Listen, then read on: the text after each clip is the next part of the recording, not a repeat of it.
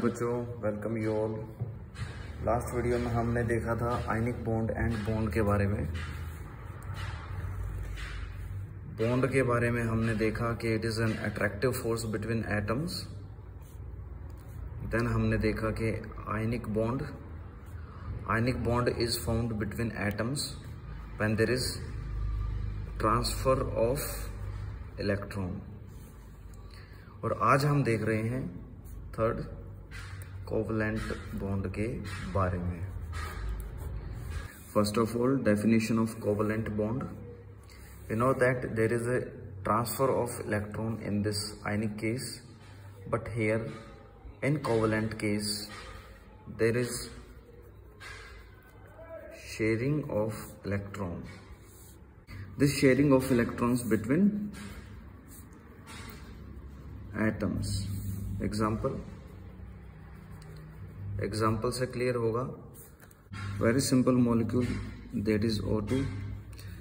यहाँ पर दो ऑक्सीजन्स हैं, तो दोनों ऑक्सीजन का एटॉमिक नंबर 8 होता है और इनका इलेक्ट्रॉनिक कॉन्फ़िगरेशन 2,6 होता है। 6 से पता चलता है कि इसके यहाँ पर ऑक्टेट पूरा करने के लिए 2 इलेक्ट्रॉन्स की रिक्वायरमेंट है। इस ऑक्सीजन को भी 2 इलेक्ट्रॉन्स की रिक्वायरमेंट है। तो बात यह है कि दोनों लेना चाहते हैं, देना कोई नहीं चाहता। तो इस तरह के जब भी केसेस बनते हैं तो वहाँ पर जो बॉन्ड एग्जिस्ट करता है वो होता है कोवलेंट बॉन्ड। ये दोनों ऑक्सीजन अब एक दूसरे के साथ इलेक्ट्रॉन्स को शेयर करेंगे, जबकि पिछले केस में आयनिक में एक देना चाहता था और एक दूसरे वाला एटम इलेक्ट्रॉन्स को लेना चाहता था। सो इसलिए यहाँ पर ट्रांसफर ऑफ इलेक्ट्रॉन था और इसीलिए यहाँ पर आयनिक बॉन्ड था। और यहाँ पर है सिस्टम कि यहाँ पर होगी शेयरिंग। अब देखते हैं कैसे शेयरिंग करते हैं, स्ट्रक्चर कैसे बनाते हैं O2 का। सबसे पहले लिखेंगे 2 ऑक्सीजन के एटम, फिर लिखेंगे उनके वैलेंस इलेक्ट्रॉन। तो दोनों के वैलेंस इलेक्ट्रॉन 6 हैं, 1 2 3 4 5 6। इस ऑक्सीजन के भी 6 हैं, तो इसको मैं क्रॉस के साथ रिप्रेजेंट करता हूँ इनके इलेक्ट्रॉन्स को। तो दोनों को 2-2 इलेक्ट्रॉन चाहिए हैं, तो ये ऑक्सीजन क्या करेगा, इसके 2 इलेक्ट्रॉन्स को अपने साथ ले लेगा और बदले में अपने 2 इलेक्ट्रॉन्स दूसरी वाली ऑक्सीजन के साथ शेयर करवा लेगा। इस तरीके से इस ऑक्सीजन के पास पहले से 6 इलेक्ट्रॉन्स थे, अब उसको 2 और मिल चुके हैं, यानी कि इसका ऑक्टेट पूरा हो चुका है इस ऑक्सीजन का। इस ऑक्सीजन के पास पहले 1 2 3 4 5 6 इलेक्ट्रॉन्स थे, इसने दूसरे वाले ऑक्सीजन के 2 इलेक्ट्रॉन्स को अपने साथ शेयर कर लिया, तो इसका भी ऑक्टेट कंप्लीट हो गया। तो दोनों का अब जो कॉन्फ़िगरेशन है वो है 2-8 and 2-8, which is noble gas configuration. तो इनका ऑक्टेट कंप्लीट होने के बाद अब ये बन गई है इनके बीच में शेयरिंग, और यहाँ पर 2-2 इलेक्ट्रॉन शेयर हुए हैं, इसलिए यहाँ पर बनेंगे double bond, double covalent bond. अगर सिंगल इलेक्ट्रॉन शेयर होता, दोनों तरफ से एक इलेक्ट्रॉन शेयर होता तो सिंगल बॉन्ड बनता। अब 2 शेयर हुए हैं तो डबल बॉन्ड बनेगा, और अगर 3 हो जाएंगे तो वहाँ बन जाएगा ट्रिपल बॉन्ड। तो सिंगल का एग्जाम्पल है H2, ये आपका होमवर्क, आप ट्राई करके देखें। डबल का एग्जाम्पल मैंने दे दिया O2, और ट्रिपल का एग्जाम्पल होगा N2। तो ये आप ट्राई करें तो कोवलेंट बॉन्ड की टाइप्स आ जाएंगी। Covalent bonds is of 3 types. First is single covalent bond, second is double covalent bond and third is triple covalent bond. Next is the property of covalent compounds.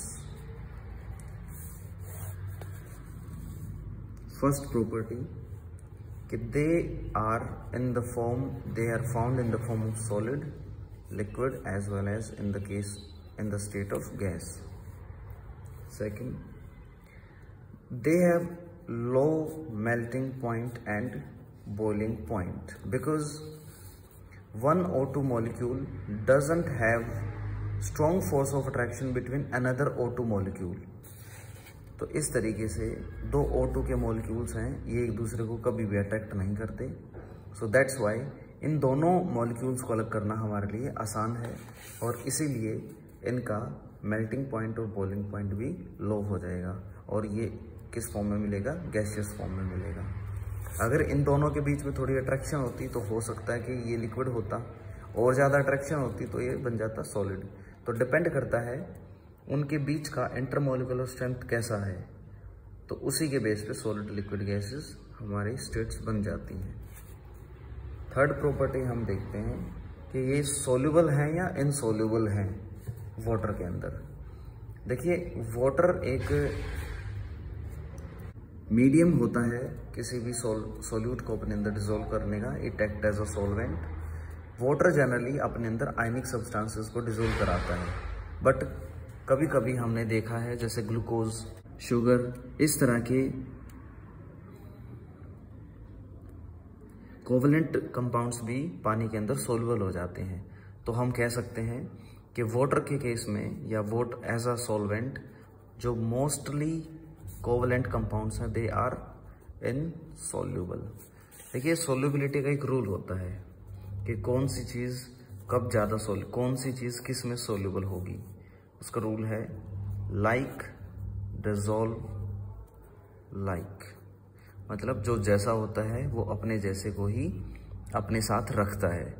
For example, कोई आयनिक substance है, आयनिक solvent है, तो अपने अंदर आयनिक solute को ही dissolve कराएगा। कोई कोवलेंट है तो अपने अंदर कोवलेंट को ही डिसॉल्व कराएगा। So this is the rule of solubility. So पानी आयनिक चीज़ों को डिसॉल्व कराता है, और ये कोवलेंट है, तो कोवलेंट वाली चीज़ आयनिक वाली में मोस्टली इनसॉल्युबल रहती है।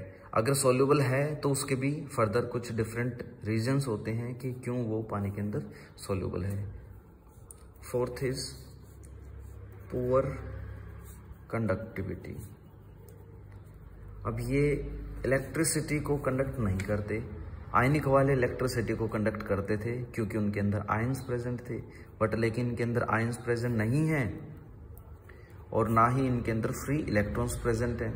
तो इन दोनों की एब्सेंस होने की वजह से it becomes poor conductor of electricity. So this was your covalent bond and it's type and its properties.